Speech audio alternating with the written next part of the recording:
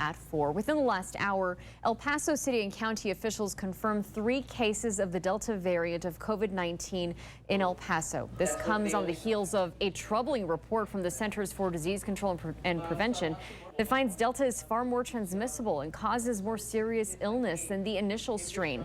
And it also comes days before tens of thousands of students return to in-person learning. Many students in the borderland are already back in the classroom. Joining me now is Dr. Ogachika Alozie, an infectious disease expert and our ABC 7 medical contributor. So thank you for joining us today, Dr. Alozie. Thank you. How concerned should we be given the latest information about the Delta variant from the CDC? You know, I think some of the things that have been lost in translation is that the information the CDC reported, or was actually leaked through the Washington Post, has been known for quite some time. We've known that the Delta variant is much more transmissible. I think what got buried in the lead, unfortunately, is the fact that the vaccines work. If you compare communities that are vaccinated to communities that are not, it's the unvaccinated communities that have the most people going into the hospital and, unfortunately, the most death. And that leads into what I wanted to show our audience, the data that you shared with me today. It has to do with infections among vaccinated and unvaccinated people. It's actually supposed to be the one with the dots, if we could get that one up. I wanted to have you explain what this graphic means and what the data means to you. Yeah, absolutely. So if you look at it on the bottom, you can see the counties that have a percentage of fully vaccinated people. The more you get towards 100, the less cases you're having. In those counties that have very few vaccinated people, you have a lot of cases. That's the Louisianas, that's the Floridas, that's the Missouris. We are not that, right? We're 70 to 80, potentially 90% if you look at the demographic. And that's why I think, in as much as the CDC has released this information, it's our locality that matters. Get vaccinated when you can.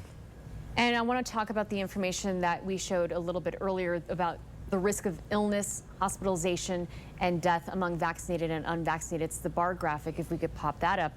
So tell us about this now. Yeah, let's walk this through. A lot of the conversation is going to be around breakthrough cases. And again, this is sort of like having an umbrella or a raincoat. It doesn't protect you from getting wet, it protects you from getting drenched. The vaccines are protecting you 8-fold from getting sick, 25-fold from going to the hospital, and 25-fold from dying. That is really the key. And again, we're going to have a lot of people that are worried and anxious about the cases and the breakthroughs. We really need to start talking about is who's in the hospital. Are people getting sick? Are people dying? In our community, they're not. Other communities across the country, they are.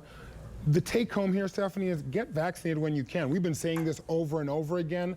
I think the CDC's data just buttresses that point. It's very, very important. If you're unvaccinated, this is the most dangerous time for you, and the best way to protect yourself is get vaccinated. And as a parent of a child of 2 children under the age of 12 who cannot be vaccinated at this point, it is a bit alarming because school is starting for a majority of students this week. We're talking about elementary school age kids, none of whom can be vaccinated.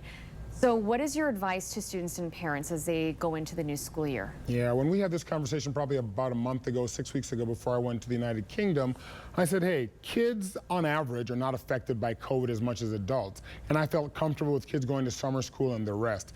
The Delta variant changes that, right? Being 4 to 5 times more transmissible, I think if you're a parent and you have concerns about your kid, absolutely send them to school with a mask. You're not going to get a mandate from the state. The ISDs have their hands sort of tied behind their backs. But if you're concerned, send your kids to school with a mask. And I think that's the important thing. If you have kids that are above 12, get them vaccinated. And you say over and over again to get vaccinated, but what would you tell people who have hesitation about the safety of the vaccine? That's a hard one. I think we as a community have tried to do as much as possible to ensure people that it's safe. I've gotten vaccinated. I unfortunately got COVID. My 14-year-old daughter has been vaccinated. My son's only 11, and so he's going into 6th grade. He can't get vaccinated. I put my money and my reputation and my family behind the protection of these vaccines. If you haven't been vaccinated, I think this is really the time. Explain to us why. Let us know through phone calls, emails, online. How can we change the narrative in El Paso? I think it's also important to remember that El Paso is safer than most of the places that you're hearing on TV. So don't get wrapped up in the anxiety and the fear that the national press is going to spit out. We're a safer community than most that protects you. But if you do have some concerns, I think this is the best time to get vaccinated.